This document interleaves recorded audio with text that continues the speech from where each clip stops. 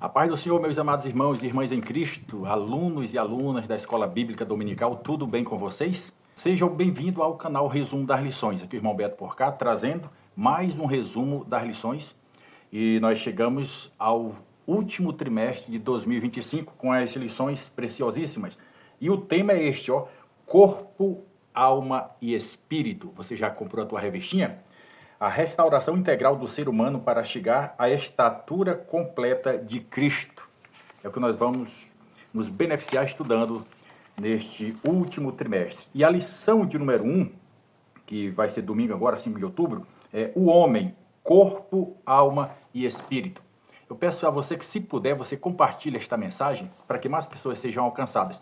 Como eu sempre digo, eu não trago na íntegra o comentário da lição, porque você já estuda em casa e você vai respaldar na sala de aula no domingo, não é isto? Com o teu professor, a tua professora. Então eu trago aqui uma adição dentro do mesmo tema, claro, não fugindo, porque senão não teria sentido. Eu digo assim, uma adição, uma aula extra para o teu melhor aprendizado, tá certo? Deus continue abençoando a tua vida em nome de Jesus.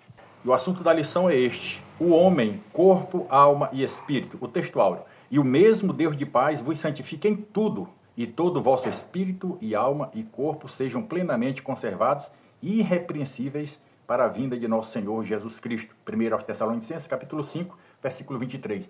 A verdade prática diz assim: Deus nos fez corpo, alma e espírito para glorificá-lo eternamente com todo o nosso ser. Ora, se o tema da lição, o assunto da lição é espírito, alma e corpo, então, afirmativamente, a Bíblia está dizendo que o ser humano é uma tricotomia. Algumas fontes usam apenas a junção espírito e alma e o corpo. Eles usam o termo dicotomia, que espírito e alma é uma coisa, é uma só coisa, uma só formação, e o corpo outra. Então, mas biblicamente, analisando as escrituras, nós vamos entender que nós somos tricotomia, espírito, alma e corpo. Espírito, alma e corpo. Quando Deus fez o boneco de barro, que soprou nas suas narinas, ele se tornou alma vivente. Olha só, eu fiz aqui até um rascunho, por exemplo, aqui, ó. Este bonequinho aqui, ó. Esta caricatura deste bonequinho aqui, ó, o sopro de Deus, né, o Senhor soprando nas suas narinas. Então, logo, espírito mais corpo é igual alma vivente. O espírito de Deus mais o corpo feito do pó da terra, então se torna alma vivente. E o sábio Salomão diz que quando a pessoa morre, o espírito ele volta para Deus, que o deu, e o corpo, ele volta ao pó. Tu és pó e ao pó te tornarás. E a alma? A alma, ela é eterna. Só tem duas indicações. Ou céu, ou lago de fogo. Não tem a terceira alternativa, não tem a terceira via. Ou é o céu ou é o inferno. Porque o corpo vira pó, o espírito volta para Deus que o deu. Então eu fiz aqui uma outra ilustração. Por exemplo, tricotomia. Espírito, alma e corpo. Olha aqui. O espírito humano, a alma e o corpo. Com o espírito se adora a Deus. É com o espírito que se invoca a Deus. É com o espírito que presta uma verdadeira adoração a Deus. O Senhor Jesus, ele fala com a mulher samaritana, no capítulo 4 de João, o versículo 23, ele diz assim, ó: a hora vem e agora é, em que os verdadeiros adoradores adorarão o Pai em espírito e em verdade. Deus é espírito. E importa que os que o adoram, ou adorem em espírito e em verdade. Então, quando o espírito humano está ligado ao Espírito Santo de Deus, então aí sai uma verdadeira adoração. Tem muitas pessoas que não adoram a Deus com o espírito, é apenas com os lábios. Olha o que ele fala através do profeta Isaías: este povo me honra com os lábios, mas o coração está longe de mim, ou seja, a mente. Neste caso, o coração, quando se fala, o coração, quando o próprio Paulo diz, com o coração se crê para a justiça e com a boca se faz confissão para a salvação. Com o coração, não é este órgão que bombeia o sangue para o corpo, para o resto do corpo. Não, o coração é a mente, é o espírito do homem ou da mulher. Quando o espírito do homem está ligado com o Espírito Santo de Deus, aí sai uma verdadeira adoração. Agora, quando não está conectado com o Espírito Santo, então é simplesmente uma adoração verbal, só dos lábios. Este povo me honra com os lábios, mas o coração está longe de mim. Em vão me adoram, ensinando preceitos que são doutrinas de homens. Então, veja bem, com o coração. E o Pai procura estes verdadeiros adoradores, os que adoram em espírito e em verdade. E você sabe, meu irmão, minha irmã, quando é que o espírito do ser humano está conectado com o Espírito de Deus, que ele passa a fazer uma verdadeira adoração, e aí ele passa a se chamar filho e filha de Deus? É como eu disse, quando está conectado. Paulo fala na carta aos Romanos, no capítulo 8, versículo 16, e o mesmo Espírito, o Espírito de Deus, testifica com o nosso espírito que somos filhos de Deus. Ora, se o Espírito Santo não confirmar com o nosso espírito, então nós não nos tornamos filhos de Deus. Isso é forte. Isto é muito forte. O Espírito Santo ele tem que confirmar, porque não adianta eu cantar, pregar e evangelizar, fazer muitas coisas, cultuar, estar ali nos templos, todas as noites, em todos os cultos, se não for com o meu espírito ligado com o Espírito Santo. É simplesmente uma reunião singela, singular, sem sentido, reafirmando o que o Senhor disse, está me honrando com os lábios, simplesmente com os lábios, mas o coração está longe de mim, é uma adoração vã. O coração, a mente, o espírito está longe de mim. Então, com o espírito se invoca ao Senhor, né? Com o espírito se invoca a Deus. Aqui, ó. Porque Deus é triuno. Deus, ele é triuno, aqui, ó. Pai, Filho, Espírito Santo. Então, com o espírito do ser humano, invocando a Deus, aí há, sim, uma verdadeira adoração. Olha só, aqui é o espírito humano, aqui é a alma. E a alma, ela tem o sentido, ela tem o intelecto e ela tem a vontade.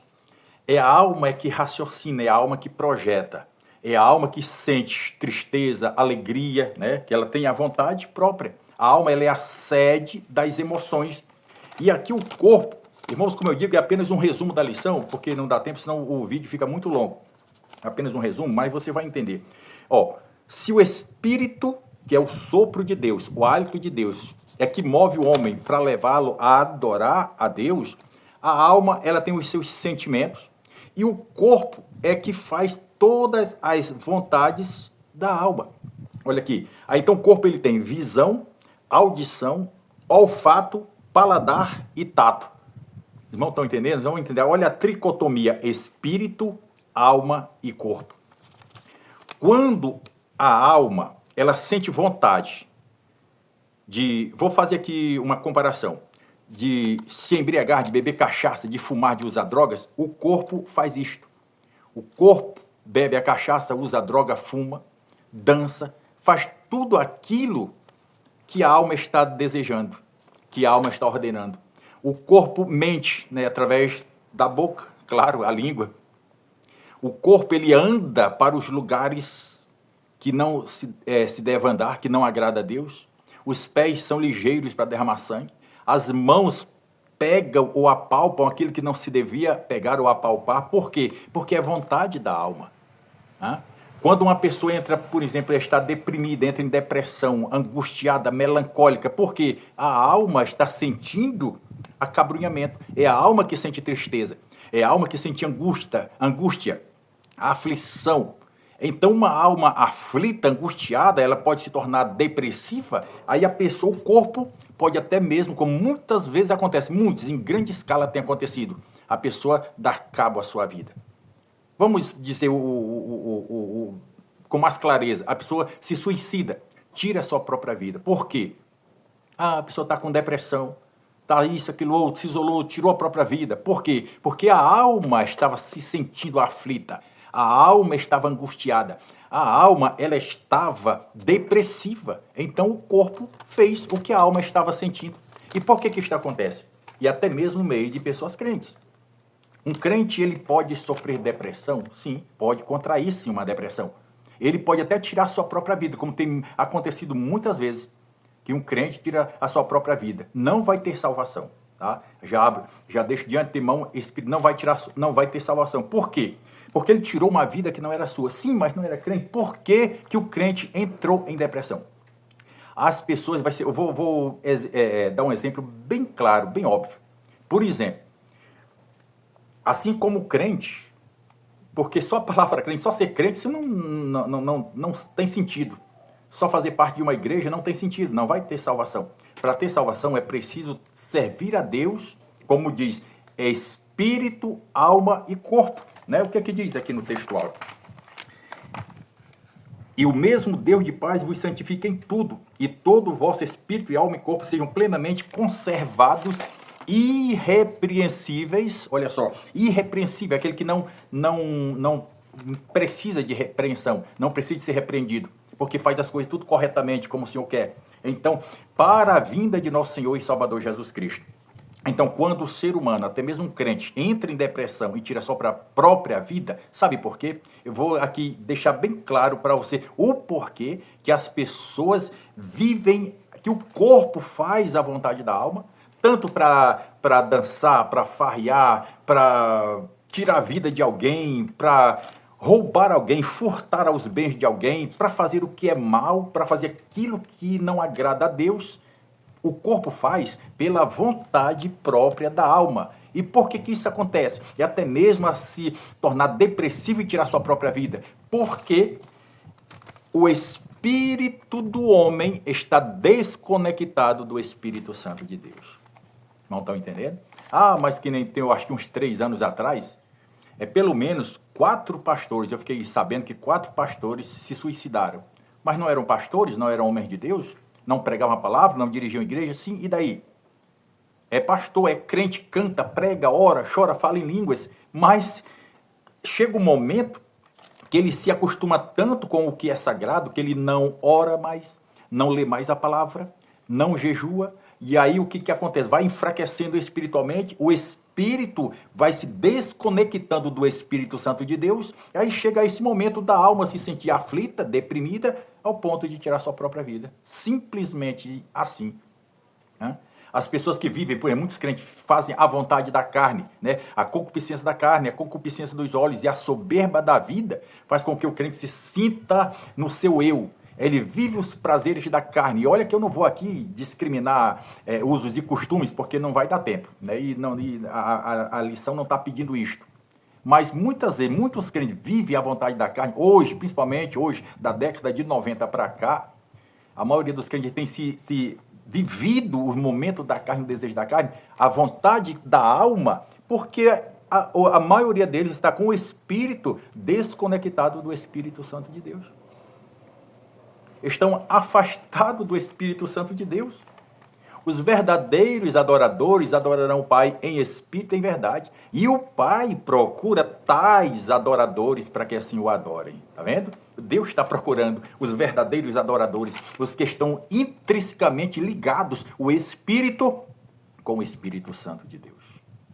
O Salmo 1, no verso 2, diz assim, que bem-aventurado é aquela pessoa que tem prazer na lei do Senhor, que é a Bíblia Sagrada, né? A palavra de Deus, que tem prazer na lei do Senhor e na sua lei medita de dia e de noite. Olha o resultado positivo da pessoa que medita na palavra dia e noite. Muitos crentes não meditam, não lê a palavra, vai até aos cultos e tal, mas não cultua, é um para lá e para cá, é um falando em telefone, é só nos movimentos, nos entretenimentos, é danças, é batucada, é instrumentalizados, essas coisas, é só no movimento do corpo. O sentimento da alma de ser, de aparecer, de fazer, mas na verdadeira adoração do Espírito conectado com o Espírito Santo não está. Então é um culto de lábios.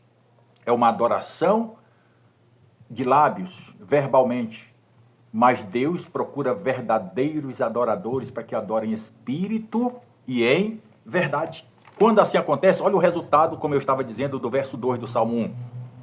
Será como a árvore plantada junto a ribeiros de água, ao qual dá o seu fruto na estação própria, cujas folhas não caem.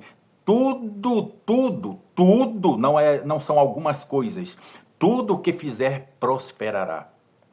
prospera espiritualmente, né? Vive em paz no seu lar, com sua família, vive em paz com os irmãos, vive em paz com os vizinhos, tem serviço para o seu cotidiano, para o seu pão de cada dia, né? Vive bem, tem os problemas, perseguições, os embates com as hostes infernais, isso é claro, todo crente tem. Tem as aflições? Tem tristeza, tem angústia, tem até melancolia, menos depressão, se estiver conectado o Espírito com o Espírito Santo de Deus. Com o Espírito Santo de Deus. Olha, e aqui, só finalizando, só para dar mais uma provazinha sobre a tricotomia, nós somos espírito, alma e corpo. Hebreus 14:12 diz assim, que o Espírito de Deus, ele é mais, que a palavra de Deus, melhor dizendo, ela é mais penetrante que qualquer espada de 2 gumes, que ela penetra ao ponto de dividir alma e espírito, juntas e medulas. Alma e espírito. Não falou alma e espírito. Alma e espírito. Né? Alma é um, espírito é outro. Juntas e medulas, faz parte do corpo. Da soma. Porque aqui é o psique, a alma, é a sede das emoções. Aqui o espírito é o sopro, é o hálito. O Espírito é o sopro de Deus no ser humano. É o pneuma. Aqui é o psique, onde se sai todos os sentimentos, as emoções. E aqui é o corpo, onde faz o que a alma está desejosa. O que a alma está querendo fazer.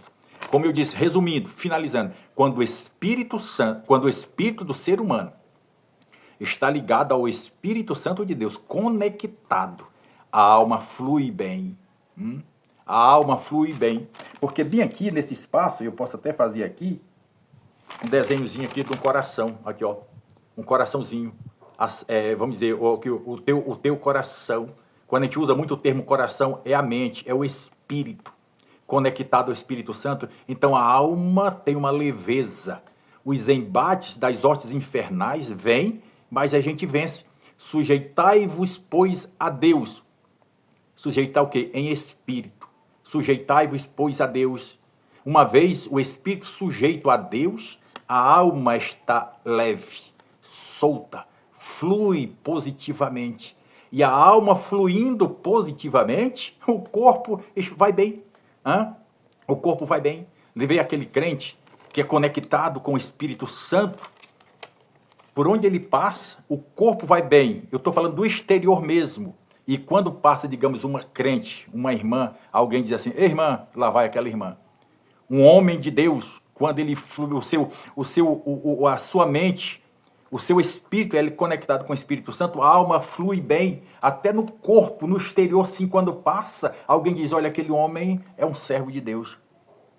Ele é um servo de Deus, certamente é um servo de Deus. Seu jeito é bem diferente, ninguém se engana, é um servo de Deus. Ela é uma serva de Deus, certamente é uma serva de Deus. Seu jeito é bem diferente, ninguém se engana, é uma serva de Deus. É o exterior. Jesus disse, vós sois a luz do mundo. Faça a vossa luz brilhar diante dos homens. Ele não diz, faça a vossa luz brilhar diante de Deus. Deus vê o coração. O homem vê o corpo, vê o exterior. Então, quando chega um ponto de o ímpio falar, aquela é uma serva de Deus, aquele é um servo de Deus, porque está vendo o exterior. Se o exterior demonstra uma qualidade diferente das pessoas do mundo, até nas indumentárias sim. Até na maneira de se ornamentar, sim. Por que um crente, uma crente fiel ao Senhor, se ornamenta diferente? Não usa maquiagem extravagante, não vive o que o mundo vive, os prazeres da carne, a concupiscência da carne, a concupiscência dos olhos e a soberba da vida, vive diferente, uma vida singela, alegre, um rosto jovial, alegre. Por quê? Porque a alma está leve, fluindo na graça do Senhor. E por que a alma está alegre e fluente? Porque o Espírito está conectado com o Espírito Santo de Deus. Portanto, irmãos, Espírito, alma e corpo estejam completamente irrepreensíveis para a vinda de nosso Senhor e Salvador Jesus Cristo. Amém? Que Deus nos abençoe e até domingo nesta lição maravilhosa, riquíssima, que vamos aprender mais da palavra de Deus. Que o Senhor continue abençoando a cada um de vocês, professor, professora, aluno, aluna, em nome de Jesus. Amém.